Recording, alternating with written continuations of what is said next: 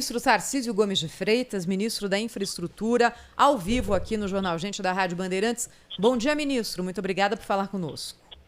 Bom dia, Thaís. Bom dia, Pedro, Cláudio Humberto e todos os ouvintes do Jornal Gente da Rádio Bandeirantes. Ministro, o que vai acontecer com a Via Dutra? O contrato que existe está prestes a vencer, nova concessão será colocada na praça. Quais são as mudanças e quais são os critérios dessa nova concessão da Via Dutra, ministro? Thaís, a nova Dutra vai ser licitada novamente agora no mês de outubro. Então, no dia 18 de agosto, a gente vai publicar o edital e no dia 29 de outubro nós vamos fazer o leilão. A gente está falando aí de 15 bilhões de reais de investimento, uma série de melhorias, são vários trechos com faixas adicionais, né? Lembrando que a Dutra já é duplicada. Teremos uma nova descida da Serra das Araras com 4 faixas, então o usuário vai ter 4 faixas para subir, para descer. A iluminação de LED ao longo de toda a rodovia, sistema de detecção de incidentes, muitas melhorias de operação. A primeira experiência brasileira com Free Flow, que vai ser na chegada em Guarulhos, né, que somente lá a gente vai colocar 1 bi de investimento, com uma redução de tarifa de 35%. Então, eu tenho certeza que vai ser um leilão aí bastante badalado, bastante aguardado e que vai trazer um benefício muito grande para o usuário. Ministro, muito bem, bom dia, bem-vindo ao nosso programa. Eu estou vendo aqui, me corrija se eu estiver errado, até agora já houve ali um processo ali de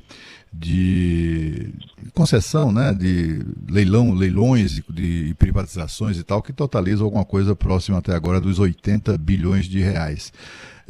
Bom, pelo menos esses eram os números até junho. Isso já deve ter melhorado, a previsão para este ano é de 30 bi.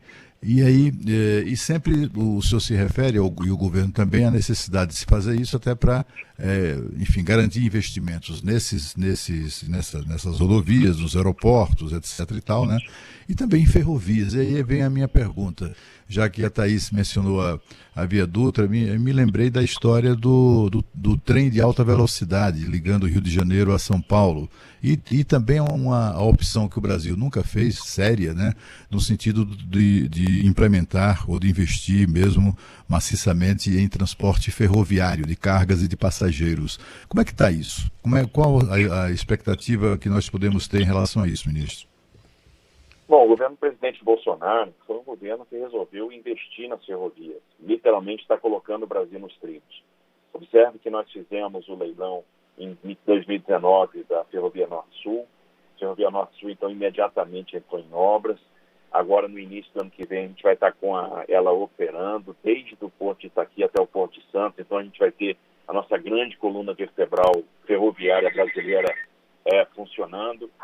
Também tivemos aí a obra a concessão da FICO, né, da Ferrovia de Integração Oeste-Leste, foi feita em abril, nós vamos assinar contrato em setembro.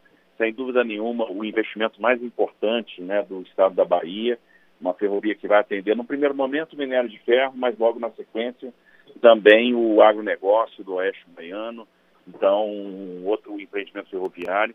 Em setembro, a gente vai dar ordem de início da obra da Ferrovia de Integração do Centro-Oeste, uma ferrovia que vai ligar o Vale do Araguaia, no Mato Grosso, à Ferrovia Norte-Sul, então liga a cidade de Água Boa ao município de Mara Rosa, outra ligação ferroviária importante. Então, a gente vai aumentando a disponibilidade de oferta ferroviária. Fizemos a renovação do contrato da Malha Paulista, com uma previsão de 6 bilhões de reais de investimento, necessário para duplicar a capacidade da Malha Paulista. Então, a gente vai sair de 35 milhões de toneladas para 75 milhões de toneladas. Estamos trabalhando para fazer o leilão da Ferrogrão e para implementar uma mudança na legislação que vai trazer as autorizações para o Brasil. Significa que o investidor privado, querendo tomar o risco de engenharia, ele vai poder tomar esse risco e fazer a sua própria ferrovia, como é nos Estados Unidos e como foi no Brasil, na segunda metade do século XIX até o início do século XX. Isso que está sendo plantado vai fazer com que a oferta de transporte ferroviário aumente muito e que a participação no modo ferroviário na matriz saia dos atuais 20% para 35%, 36% em 2035. Significa que a gente vai ter uma participação do modo ferroviário semelhante à dos países desenvolvidos. Ministro Tarcísio, bom dia, o Pedro Campos. A gente tem acompanhado, né, e aliás, isso tem sido saudado, né, por muitos empresários com os quais a gente conversa aqui essa iniciativa de avançar no capítulo das concessões do governo federal, algo que idade para o país.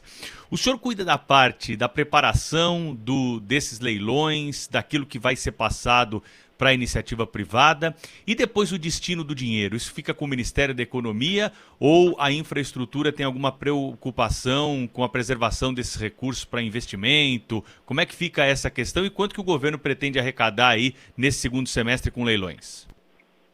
Bom, Pedro, a nossa preocupação primeira é a realização de investimentos. Então, a outorga, a arrecadação é algo subsidiário. Então, observe que nós fizemos até aqui 71 leilões de ativos de infraestrutura, estamos chegando realmente nos 80 bilhões de investimentos contratados, assinamos também 96 contratos de adesão para terminais portuários privados, o que dá uns 12 bi de investimento no setor portuário, e até o final do ano a gente vai superar os 100 bilhões de reais de contratos, e a nossa ideia é que no ano de 2022, com os leilões que vão ser realizados, e alguns de grande porte, só nas rodovias integradas do Paraná, por exemplo, serão 44 bilhões de investimentos em 6 lotes de rodovia.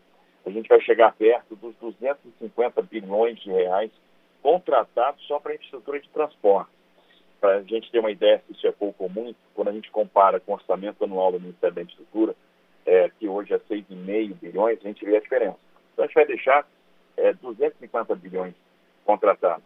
Então o governo é o governo que mais fez concessões de aeroportos, que mais fez arrendamentos portuários, que mais quilômetros de rodovia licitou e também que mais quilômetros de ferrovia ofertou para o mercado.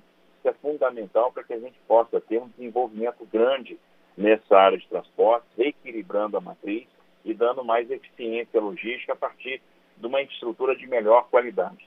A outorga, a arrecadação, é realmente um objetivo subsidiário. Então, hoje, em acerto com o Ministério da Economia, boa parte desses recursos que estão sendo gerados nas concessões já estão sendo usados na própria infraestrutura, como, por exemplo, os arrendamentos portuários estão ficando à disposição das empresas portuárias. É isso que tem nos permitido caixa para fazer investimentos em manutenção de canal, em resolução de passivos.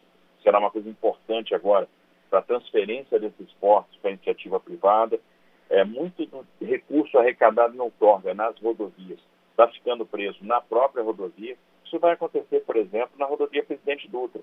50% do valor arrecadado fica vinculado ao próprio projeto e vai ser usado ou na melhoria operacional, em mais obras, ou até mesmo na modicidade tarifária, atenuando o efeito da tarifa ao longo dos anos.